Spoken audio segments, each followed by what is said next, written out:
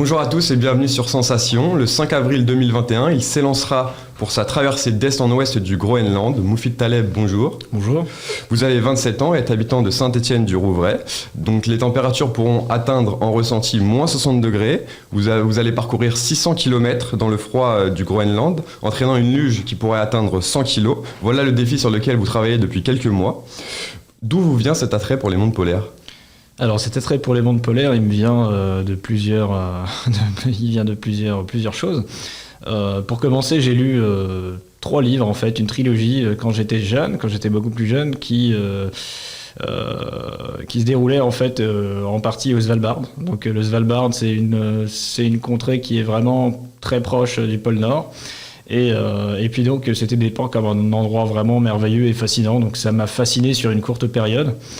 Par la suite, j'ai voulu voyager avec ma femme et puis donc on voulait découvrir l'Arctique notamment parce que c'est une région qui va être amenée à disparaître telle qu'on la connaît aujourd'hui à cause du réchauffement climatique. Et puis en cherchant une destination, je suis retombé sur le Svalbard et ça m'a rappelé ce livre. Donc en allant là-bas, de fil en aiguille, j'ai fini par, si vous voulez, débroussailler un petit peu tout ce qui était monde polaire, région polaire, exploration polaire et tout. J'en suis venu à vraiment apprécier ces régions-là. J'en suis venu aussi à découvrir tout ce qui était exploration et tout. Et puis, voilà comment c'est arrivé. Vous avez lu beaucoup de livres d'explorateurs, d'anciens explorateurs. Quel récit vous a le plus marqué ?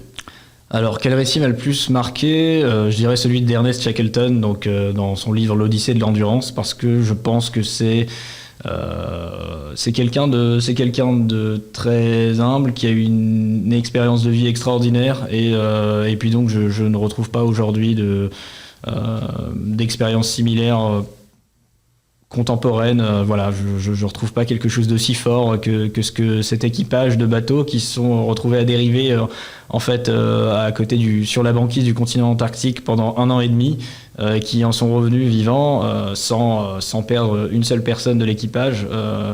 Je vois pas quelque chose de plus fort et de plus intéressant aujourd'hui. Vous avez également visionné le film sur l'expédition Arctos, donc de l'explorateur sud-africain Mike Horn en 2005. C'est d'ailleurs pour cela que je crois que vous avez baptisé votre expédition Arctos Iceland, c'est bien ça ? Alors c'est un petit clin d'œil en fait parce que oui effectivement j'ai visionné pas mal de choses qui ont été faites par des contemporains dont Mike Horn en fait, et j'ai lu quelques-uns de ses livres et puis ça a participé en fait à construire justement ma fascination et mon envie débordante d'aventure, de découverte de ces régions polaires, etc. Et puis donc il a mené en fait une expédition où il fait le tour du monde en suivant le cercle polaire, et donc qui s'appelle l'expédition Arctos. Et me concernant, je vais traverser le Groenland, qui est la plus grande île du monde et qui est une île arctique. Et on peut aussi ajouter que au niveau de mon trajet, je vais être entre le 65e et le 67e parallèle, donc toujours autour du 66e, le cercle polaire arctique. Et donc j'ai choisi de dénommer cette expédition Arctos Island à la fois en clin d'œil et parce que c'était bien en lien avec ce que je faisais. Alors pour se lancer dans une telle expédition, il faut forcément être sportif. Quels sont vos sports de prédilection ? Alors mes sports de prédilection, j'en ai pratiqué plusieurs. Le football de manière très courte quand j'étais beaucoup plus jeune et même pas trop le dimanche, mais je regarde beaucoup. Donc on peut dire le football parce que je suis bon public, on va dire. La boxe, donc que j'ai pratiqué quelques années et que j'apprécie, qui est mon sport préféré. Le tennis, j'en ai fait une dizaine d'années. Le fitness, la musculation, la course. Pas mal de choses. Puis j'en découvre de plus en plus certains excentriques, le kayak, donc, qui font tous très envie. Alors, votre expédition devrait débuter le 5 avril 2021, si tout se passe bien. Pourquoi avoir choisi cette date en particulier ? Alors cette date-là, je l'ai choisie parce que d'une part, la nuit polaire prend fin au Groenland et puis donc on a des conditions de visibilité qui vont me permettre d'avancer, mais aussi parce que en fait avant le 5 avril, enfin avant avril plus précisément, il fait vraiment trop froid en fait, il fait moins 50, moins 55 en température réelle souvent, donc j'ai suivi un petit peu les températures au jour le jour l'hiver dernier, au Svalbard, au Groenland, etc. Et en fait... Après avril, les températures commencent à devenir un peu plus douces. Alors tout est relatif, hein, moins 25, moins 30, c'est pas des températures très douces dans les minimums. Il fait jour aussi. Il fait jour, effectivement, mais du coup ça me permet en fait d'allier à la fois un énorme challenge parce que moins 40, moins 60 ressenti, c'est un challenge énorme pour moi, et puis aussi un challenge réaliste dans lequel je pourrais évoluer pendant qu'il fait jour, recharger mes batteries avec mon panneau solaire, et puis avoir un tout petit peu moins froid si on peut qualifier ça comme ça. Mais voilà. D'ici là, vous continuez à vous entraîner, on l'imagine bien. Cet été, vous avez notamment descendu la Seine en kayak. Est-ce que vous pouvez nous raconter un peu cette expérience?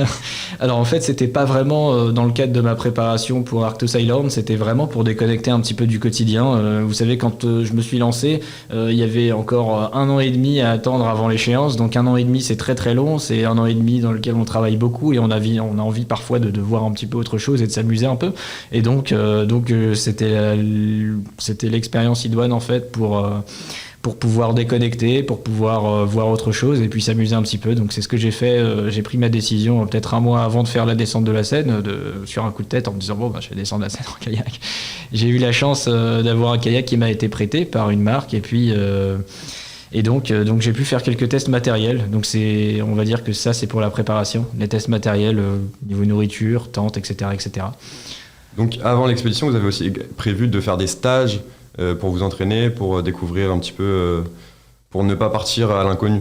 C'est bien ça? Oui, donc alors j'ai un stage de 3 jours qui est prévu dans les Alpes suisses à Chasseurstadt, et puis j'ai aussi une expédition en fait d'1 semaine où je serai vraiment tout seul en Norvège, donc sur un plateau qui s'appelle le plateau d'Hardangervidda.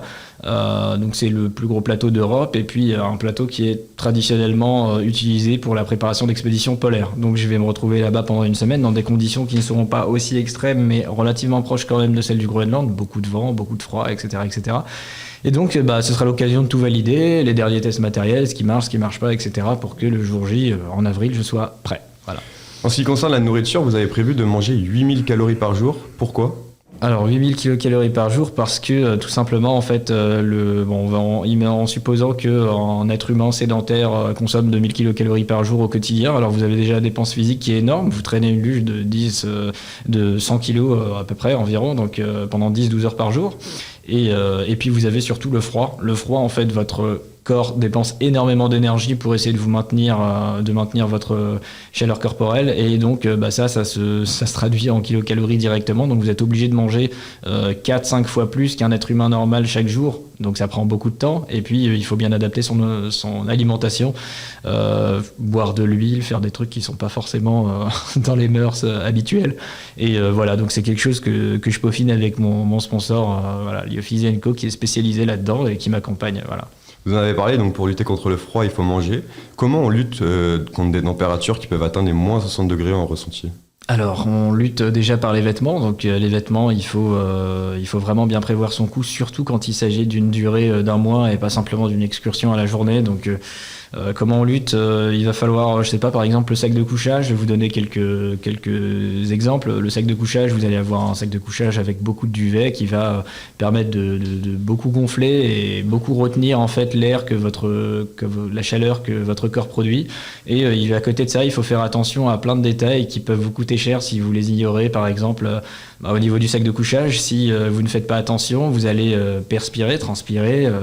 L'humidité de votre corps va se retrouver dans votre sac. Cette humidité-là va geler dans le sac, où il va perdre toute capacité en fait à vous réchauffer et vous allez mourir congelé dans le sac. Pour ça que vous allez utiliser une espèce de sac à viande, on appelle ça un VBL, pour vous isoler du sac. Vous allez éviter de manger trop le soir pour ne pas transpirer. Il y a des choses comme ça qu'il faut savoir. Que craignez-vous le plus? La faim, la solitude, le froid? Qu'est-ce qui vous fait le plus peur?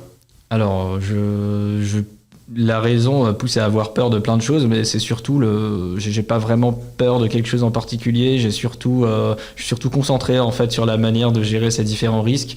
Celui qui me plonge le plus dans l'inconnu et celui sur lequel j'ai le plus d'appréhension, c'est la force des vents. Donc il y a des vents catabatiques qui peuvent atteindre parfois jusque 300 km/h et donc c'est extrêmement violent. Donc j'ai une tente extrêmement adaptée à ce genre de choses, mais au niveau de l'entraînement, forcément il faut trouver les bons endroits, la personne qui voudra bien vous prêter une soufflerie ou autre pour vous permettre de monter la tente dans ces conditions ou autre, parce que si on perd la tente, si elle est détruite ou autre, ça peut être vraiment extrêmement critique et c'est peut-être le truc qui me fait le plus que j'appréhende le plus.